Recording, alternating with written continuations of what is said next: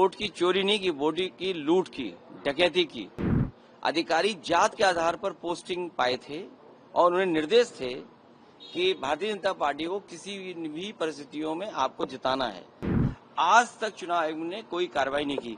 कम से कम आज तो बताए कि चुनाव आयोग ने क्या कार्रवाई की है। कि हम चुनाव आयोग से अपील करते हैं कि कछुए की रफ्तार से न चलें।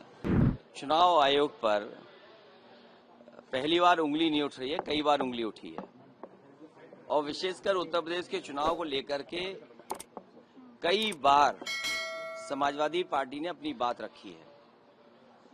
पिछली बार जब उपचुनाव था और उपचुनाव में जो धांधली हुई उसको लेकर के भी शिकायत की गई कि किस तरीके से सरकार ने मिलकर के अधिकारियों के सहारे वोट की चोरी नहीं की, वोट की लूट की, डकैती की और जो समाजवादी पार्टी के नेता कार्यकर्ता आते थे उनको फोर्स से रोका जाता था, पुलिस रोकती थी।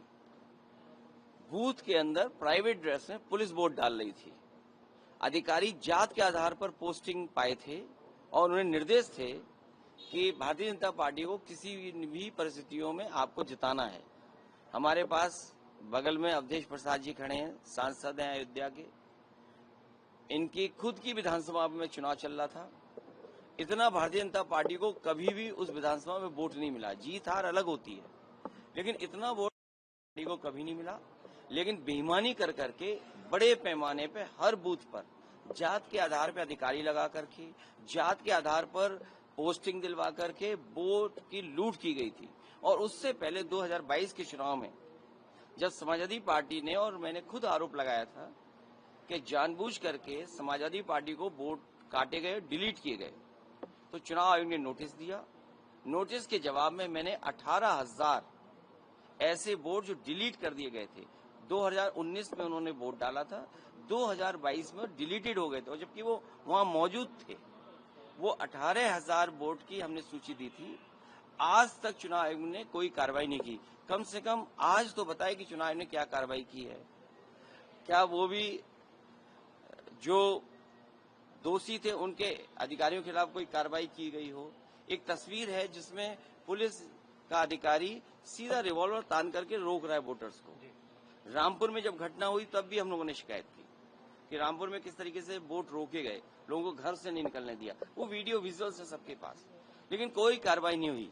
सरकार बीजेपी की है लखनऊ में, सरकार दिल्ली में बीजेपी की है।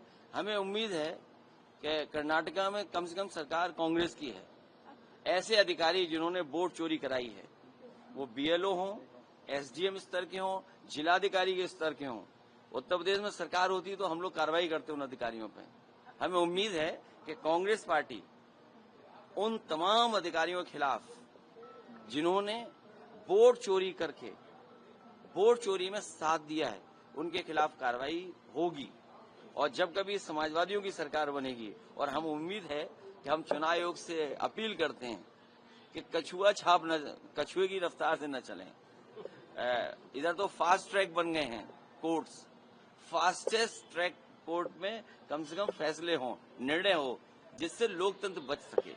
अगर वोट का अधिकारी छिन जाएगा तो लोकतंत्र कहाँ बचेगा। अखिलेश जी, राहुल गांधी को इलेक्शन कमीशन अलग अलग स्टेट के कह रहे हैं कि आप ओथ दें, जो आप लिस्ट कह रहे हैं, और आप कह रहे हैं कि मैनिपुलेशन।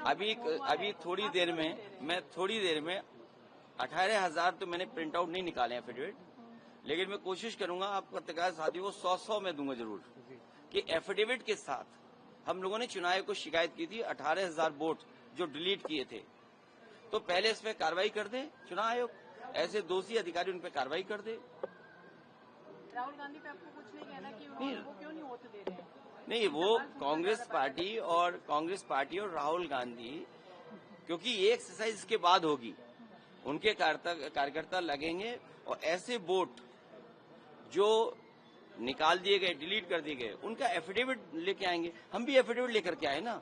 हमने तो 18,000 वोट जो डिलीट हुए थे चुनाव आयोग को शिकायत की थी। चुनाव आयोग ये बताए कि उन अधिकारियों के खिलाफ क्या कार्रवाई की है कि जब 18,000 वोट डिलीटेड किए गए थे, डिलीट हुए थे, उनका बाकायदा एक एक का मैंने एफिडेविट दिया है।